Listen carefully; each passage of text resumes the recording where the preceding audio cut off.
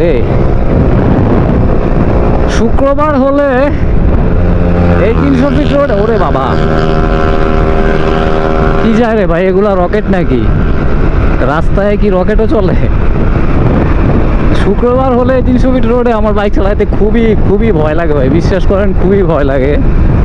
আমি বেসিক্যালি একটা normal speed limit maintain করে সবসময় অলওয়েজ রোডে গাড়ি চালাই, কিন্তু এই 300 ফিট রোডে ঢুকলে যে কোনো দিনই আমার খুব ভয় লাগে। আর শুক্রবার হলে তো কথাই নাই, প্রচণ্ড ভয় থাকি পিছন দিয়ে এসে কেনা আমার ভরে দেয়। এই যে ওরে কোথা রে,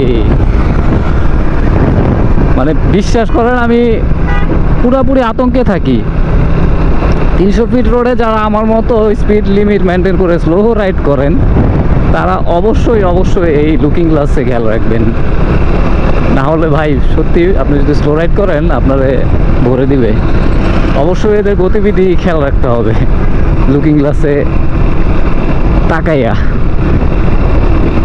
তো যদি দেখেন যে এই ধরনের রকেট টকেট আপনার পিছন দিয়ে আসতেছে, আপনি একদম আপনার মানে মুখ লেন তো অবশ্যই চেঞ্জ করবেন না, আপনি আপনার জায়গায় থাকবেন, পারলে স্পিডটা একটু বাড়িয়ে দিবেন, মানে এদেরকে চলে যেতে দিবেন। দেখা গেলো আপনি যদি আবার লেন চেঞ্জ করতে চান আপনারা ভরে দিতে পারে, আপনি আপনার লেনেই থাকবেন, ওদেরকে জাস্ট চলে যেতে দিবেন। মানে এটা একটা বিশাল বড় ইস্যু হয়ে দাঁড়াইছে এই 300 ফিট রোডে। কি যে করে এরা ভাই রে ভাই। আমার বাসা যেহেতু 300 ফিট রোডের একদম পাশেই বলতে গেলে, এদের অত্যাচারগুলো আমরা চোখে দেখতে দেখতে মানে পুরা ফেড আপ হয়ে গেছি। রাতের বেলা তো প্রথম এখন তো একটু কমছে তাও অত্যাচারটা। রাতের বেলা আগে ও মাই গড, এখান থেকে বন্ধ। ওয়াই, কোনো ভিআইপি মুভমেন্ট আছে নাকি? রাতের বেলা আগে এদের হলারের শব্দে, এক্সজস্টের শব্দে ঘুমানো যেত না, এরকম অবস্থা। এখন পুলিশ টুলিশ টহল দেওয়াতে আগের থেকে অনেক কমছে, শব্দ টব্দ এখন খুব একটা পাওয়া যায় না। তো বেসিক্যালি আজকে যেহেতু শুক্রবার হলে আমি পৃথুলকাকে নিয়ে একটু আউটিংয়ে বের হই, বেশিরভাগ সময় এই 300 ফিটেই আসা হয়। তো আজকেও যেহেতু শুক্রবার, আজকেও পৃথুলকাকে নিয়ে বের হয়েছি। আর আজকে আরেকটা উদ্দেশ্য আছে সাথে, সেটা হলো খুব শীঘ্রই হয়তো আমরা লং ট্যুরে যাব। তো প্রতিবারই আমি লং ট্যুরে যাওয়ার আগে আমি ড্রোনটা একটু প্র্যাকটিস করে নিই, তো তার জন্য আজকে ড্রোনটা সাথে নিয়ে আসছি। অনেক দিন ধরে আসলে ড্রোন ফ্লাই করা না হলে ভুলে যাই, তার কারণে আজকে একটু প্র্যাকটিস করব। আর প্র্যাকটিস করার জন্য এই পূর্বাচলটা একটা আদর্শ জায়গা আমার কাছে মনে হয়, খোলামেলা জায়গা, এখানে নির্দ্বিধায় প্র্যাকটিস করা যাবে। প্র্যাকটিস বলতে আর কি একটু ফ্লাই করব আর কি।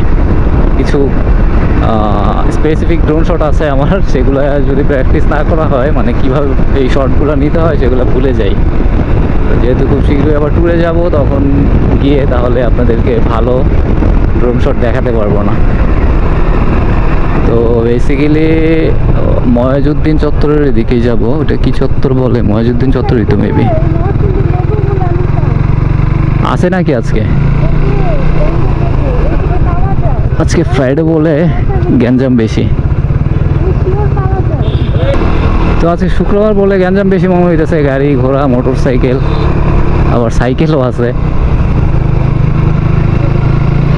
সাইকেল গ্রুপ আর বাদ যাবে কেন? এই পূর্বাচলে আসলে না মনটাই অন্যরকম ফ্রেশ হয়ে যায়।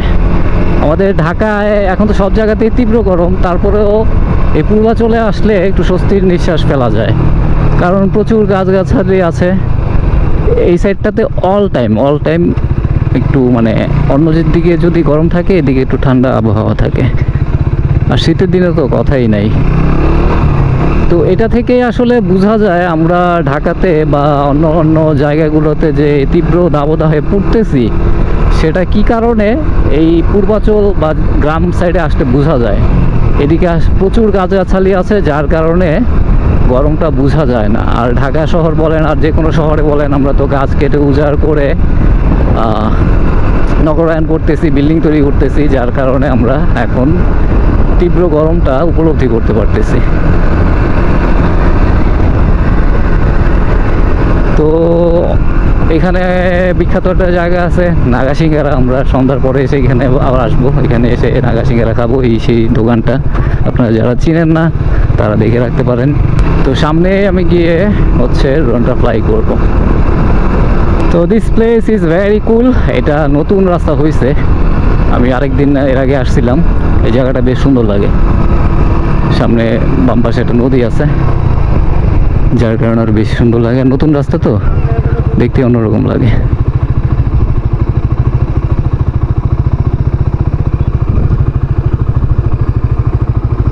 নাইস না? তো এখানে আমি একটু ড্রোনটা ফ্লাই করব।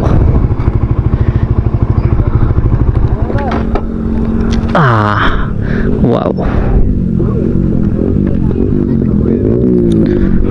where is my bike, my black mamba?